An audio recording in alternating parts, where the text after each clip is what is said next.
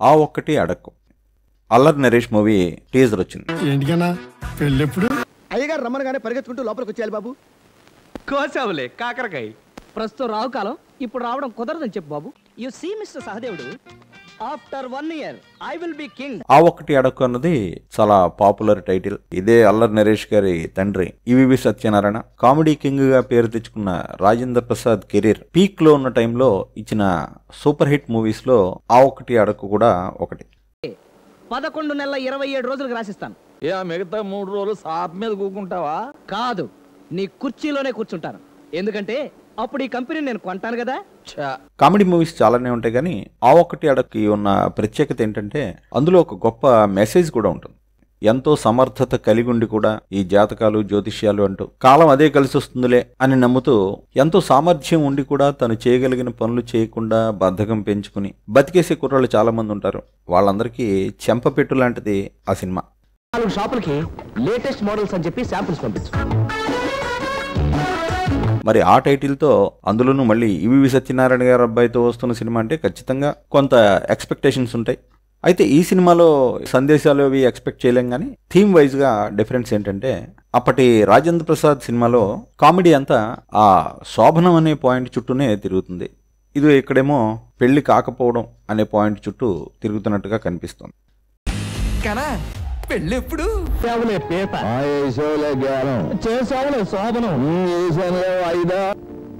ఒక్కటి అడక్కు. 25 రోజుల 10 గంటల 5 నిమిషాల లోపల పెళ్లి జరగకపోతే జీవితాంతం బ్రహ్మచారిగా మిగిలిపోతాడని జ్యోతిష్కుడిగా వేషం వేసిన రఘుబాబు భయపెడుతున్నాడు.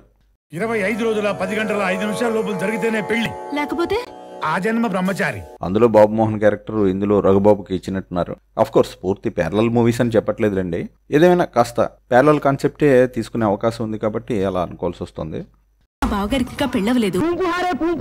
ఆ ఒక్కటి అడక్కు ఒరిజినల్ లో కూడా ఇలాగే ఒక టైం బౌండ్ పెట్టారు. After 1 year I will be king అంటూ ఉంటాడు. కాకపోతే అక్కడ నిజంగానే 1 year లో అతను బాగుపడతాడు అనుకోండి. యు సీ మిస్టర్ సహదేవుడు, after 1 year I will be king. పెళ్ళెప్పుడు, ఇంకా పెళ్ళవలేదా, ముదురు బ్రహ్మచారి ఇలాంటి కామెడీ ఆల్రెడీ మల్లీశ్వరి లాంటి సినిమాల్లో చూసాం. ఈ పెళ్లి కాని ప్రసాద్ ఇలాంటివి. మరి ఇందులో ఏ కొత్తదనం ఉందన్నది సినిమా వస్తే కానీ తెలీదు. కమ్మ కాపు బ్రాహ్మణ కులం ఏదైనా హ్యాపీ మ్యాట్రిమోనీకి ఒంటరిగా రండి, జంటగా వెళ్ళండి. నీకేమన్నా పెళ్ళ పెట్టాకలా వెళ్ళడానికి ఏంటి ప్రాబ్లం? అదే ప్రాబ్లం. ఇక్కడ పుట్టి పెరిగేంత ఇమేజ్ ఉండి ఇంత సర్కిల్ ఉంటేనే ఎవడ పెళ్ళ అవట్లేదు. ఇక హైదరాబాద్ లో ఎవడేస్తాడు? అల్లరి ఈజ్ బ్యాక్ అని వేశారు. ఈ మధ్యకాలంలో అల్లరి నరేష్ మరి ఆ కామెడీ చిత్రాలతో విసిగిపోయాడేమో తెలీదు, చాలా సీరియస్ సినిమాలు చేశాడు. ఆ నాంది, ఉగ్రం, మధ్యలో కూడా మారేడుమిల్లి ప్రజానీకం లాంటి సీరియస్ సినిమాలు చేశాడు. మళ్ళీ బ్యాక్ టు ద పెవిలియన్ అన్నట్టు తన ఒరిజినల్ జోనర్ అయిన కామెడీకి వెళ్ళిపోవడానికి కారణం బహుశా ఈ సీరియస్ సినిమాలు ఆయన అనుకున్నంత హిట్ కాకపోవడమే అయి ఉండొచ్చు. ఏదేమైనా సీరియస్ కూడా బాగానే చేయగలడు అని నిరూపించుకున్నాడు కాబట్టి ఇకపై వచ్చే కామెడీ సినిమాల్లో ఆ మెచ్యూరిటీ కనిపిస్తుంది అని అనిపిస్తోంది. ఇక హీరోయిన్ ఫరియా అబ్దుల్లా. ఏంట్రా బాబు ఇంత హైట్ ఉందని ప్రభాస్ చేతే అనిపించుకున్న హీరోయిన్. ఇంత పొడుగుంది, నిజమేనా? షూస్ ఏమైనా హీల్స్?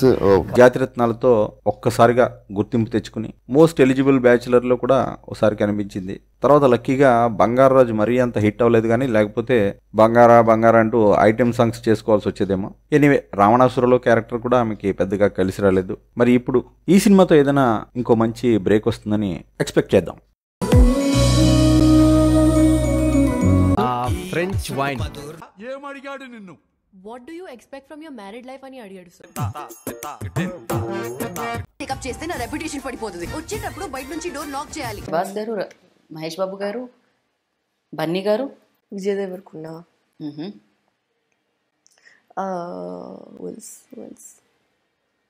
ఎన్టీఆర్ గారు, చరణ్ గారు, అందరూ. ఈ చెప్పిన నేమ్స్ లోంచి ఎవరితో అయినా ఇమీడియట్ గా ప్రాజెక్ట్ చేస్తున్నారు? చెప్తా. ఓకే. అన్నట్టు ఈ సినిమా గురించి మరో ఇంట్రెస్టింగ్ పాయింట్ ఏంటంటే ఈ సినిమా ప్రొడ్యూసర్ రాజీవ్ చిలక. ఆయన ఒక ప్రత్యేకమైన వ్యక్తి.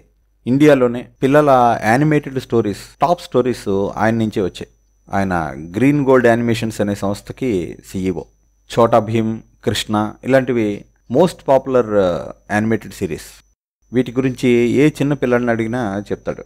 మరి ఇంత పాపులర్ కార్టూన్ మూవీస్ చేసిన ఈయన ఇప్పుడు ఇలా కామెడీ మూవీ ప్రొడ్యూస్ చేయడానికి ముందుకు రావడం చాలా ఇంట్రెస్టింగ్గా అనిపిస్తుంది. రాజీవ్ చిలక గురించి చాలా మందికి తెలియని ఇంకో ఇంట్రెస్టింగ్ పాయింట్ కూడా ఉంది. రాజీవ్ చిలక అన్నది ఆయన పెట్టుకున్న పెన్ నేమ్ లాంటిది, కానీ నిజానికి ఆయన పేరు రాజీవ్ చిలకలపూడి. ఇంటి పేరు చిలకలపూడి, పూర్తి పేరు సీతారామ రాజీవ్ చిలకలపూడి. మన తెలుగు స్టైల్లో చెప్పుకోవాలంటే చిలకలపూడి సీతారామ రాజీవ్. అంటే దాదాపు తాతగారి పేరునే పెట్టుకున్నాడు. వీళ్ళ తాతగారు టాలీవుడ్లోనే ఒక గ్రేట్ యాక్టర్, చాలా సీనియర్ యాక్టర్. ఆయనే చిలకలపూడి సీతారామాంజనేయులు. ఆయన్ని మనం సిఎస్ఆర్ అంటుంటాం. మాయాబజార్లో శకుని పాత్రలో ఆయన ఎప్పటికీ తెలుగు వాళ్ళ గుండెల్లో నిలిచిపోతారు. అదొక్కటే కాదు, ఎన్నో వందల సినిమాల్లో ఆయన నటించారు. బలరామదేవులు మన పక్షం, వారితో యాదవులు మన పక్షం, వారితో విధి లేక శ్రీకృష్ణుడు కూడా మన పక్షం కాక తప్పదు. అయితే ఆయన మనవడైన ఈ రాజీవ్ చిలక ఆయన మనవడిని గొప్పలు చెప్పుకోవడం అలాంటిది ఎక్కడా లేదు. తనకు తను కృషి చేసి యానిమేషన్ రంగంలో ఇండియాలో టాప్కి వెళ్ళారు. స్వయం కృషితో పైకొచ్చారు. ఇప్పుడు ఈయన అల్లరి నరేష్తో సినిమా ప్రొడ్యూస్ చేయడం ఎంతో ఆనందించదగిన విషయం అని చెప్పాలి. చూద్దాం, సటిల్ సబ్జెక్ట్ ఇది. మరి వల్గారిటీ వైపు పోయినట్టు కూడా అనిపించట్లేదు. ఓ మంచి క్లాస్ కామెడీ మూవీ అందిస్తారేమో చూద్దాం. నాకు బాగా నచ్చారండి. నేను మీకు ఒకే అయితే పెళ్లి చేసుకుంటాను. ఆ ఒక్కటి అడక్కు. ఇంతకీ నీ పెళ్ళెప్పుడు? ఆ ఒక్కటే అడక్కు.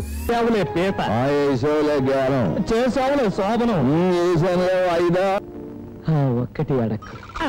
మరిన్ని మంచి వీడియోల కోసం సబ్స్క్రైబ్ చేయండి. సోషల్ మీడియాలో మమ్మల్ని ఫాలో అవ్వండి.